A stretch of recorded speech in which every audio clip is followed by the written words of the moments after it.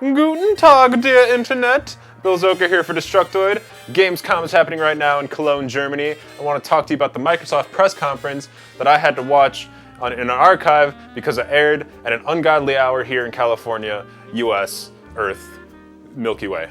I couldn't possibly cover everything that happened in the press conference of this video without making it a stupidly long, boring amount of time, but you can get all of the details on all of the shit that came out over on Destructoid.com in written form. But I'm just going to give you some of the highlights. Some. The press conference started out with a huge chunk of talking about FIFA, which normally I would be annoyed, but honestly, it's Germany. They're in Europe. I mean, they kind of have to talk about FIFA. It's really big over there, way bigger, bigger than Madden is over here. So I'm gonna let that one slide. They announced that Europe will be getting a FIFA Xbox One bundle, which, okay, anyway.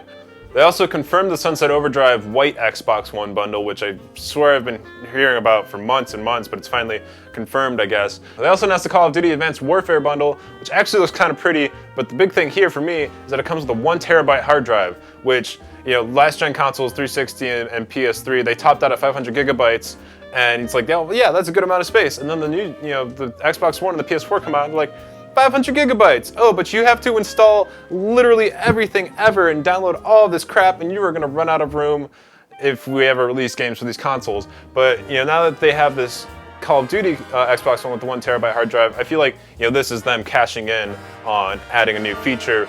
But then not too long down the road, they're all gonna have 1 terabyte models, and we won't have to worry about space on our consoles. Microsoft is actually showing off a pretty good sampling of indie games for the Xbox One, which is a smart move on them because Sony's been swooping up the indies. Xbox, has had kind of a bad reputation with indies, and they really need more content on the Xbox One. So they announced that Goat Simulator will be coming to Xbox One, which I still haven't played Goat Simulator, but I just love that that game exists. They also had a slathering of other indie games, which you can find out all about on Destructoid.com.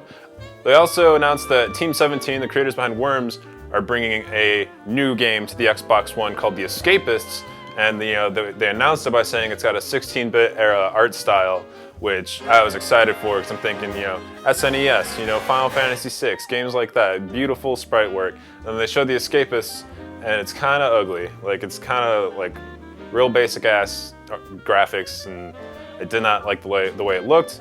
But the game is all about living in prison. And what they showed off I actually found kind of interesting. I just wish it looked better, graphically, artistically. Microsoft also announced that Rise of the Tomb Raider, which is the sequel to Crystal Dynamics' Tomb Raider reboot, is going to be exclusive to the Xbox One. That's kind of huge, no lie. I mean, that was a pretty big game. So that could be a pretty big win for Microsoft, and hopefully it will make up for however much money they spent to make it exclusive, theoretically. They also showed off a bunch of Call of Duty Advanced Warfare stuff and multiplayer gameplay footage. Look at a few seconds of it now before I get bored.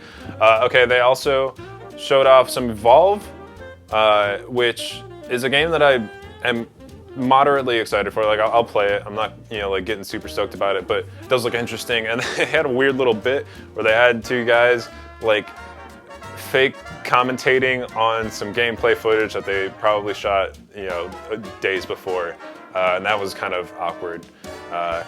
Yeah. Another big announcement is a game called Quantum Break, which is coming from the creators of Alan Wake, and I just realized that rhymed a few minutes ago.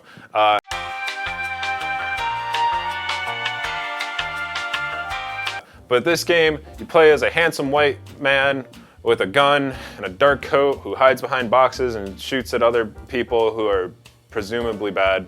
The big hook here is that the space-time continuum is out of whack and time will randomly stop, but your character has the ability to move through it, although he can't quite control the time stutters. But he can also throw time manipulation grenades or something, and he's throwing distortion waves and slowing guys down and moving around and maneuvering around them. I can't get excited about this game. It just looks like Watch Dogs with one different mechanic. I don't know, maybe something more will come out later that will actually interest me about Quantum Break, but at this point it just looks boilerplate plus one mechanic, you know what I mean? And finally, they showed off so much Halo. I mean, I am a huge Halo fan from way back, the original Combat Evolved on the big old Xbox, playing with the Duke. And I've played virtually every Halo game since then, but they are just laying it on. It's so thick. They've got the Halo Master Chief Collection, which I think is great on its own. But now they've got the Halo Channel, which is a network where you can watch the Halo TV show and Halo promotional videos and pro Halo player live streams. And that's just like too much. It's like a really extensive net of shilling. And I just want to play Halo. I don't need all this, all these accoutrements, all this garbage piled on top of it. I just want to be Master Chief and kill aliens, jump around, get a sword, shove it up a dude. You know what I'm saying?